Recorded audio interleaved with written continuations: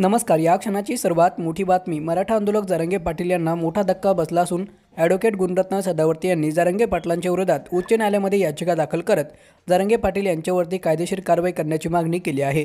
त्यामुळे राजकीय वर्तुळात एकच खळबळ उडाली असून राजकीय वातावरण पूर्णपणे तापलं आहे. दरम्यान गेल्या काही दिवसापासून सातत्यानं मराठा आंदोलक असलेले मनोज जरांगे पाटील दोन समाजामध्ये वाद पेटवण्याचं काम करत आहेत. त्यांच्या डोके भडकणाऱ्या भाषणामुळेच दोन समाजामध्ये तेढ निर्माण झाला असून राज्यात कायदा आणि सुव्यवस्थेचा प्रश्न निर्माण झाला आहे. एवढंच नाही तर जरांगे पाटील आता मुंबईत येत असून मुंबईमध्ये देखील राज्य सरकारला वेठीत धरण्याचा त्यांचा प्रयत्न आहे. मात्र अशा प्रकारे दबाव टाकून जरांगे राज्याचं जनजीवन विस्कळीत करू शकत नाहीत. त्यांना हा अधिकार नाही असं म्हणत जरांगे यांच्यावरती तात्काळ फौजदारी गुन्हे दाखल करून त्यांच्यावरती कारवाई करण्यात यावी अशी मागणी करणारी याचिका गुणरत्न सदावर्ते यांनी उच्च न्यायालयामध्ये दाखल केली आहे. त्यामुळे राजकीय वर्तुळात एकच खळबळ उडाली आहे. दरम्यान येत्या 26 जानेवारीपासून मनोज जरांगे पाटील मुंबईत आमरण उपोषण करणार असून कोणत्याही परिस्थितीमध्ये आम्ही आता हटणार नाही.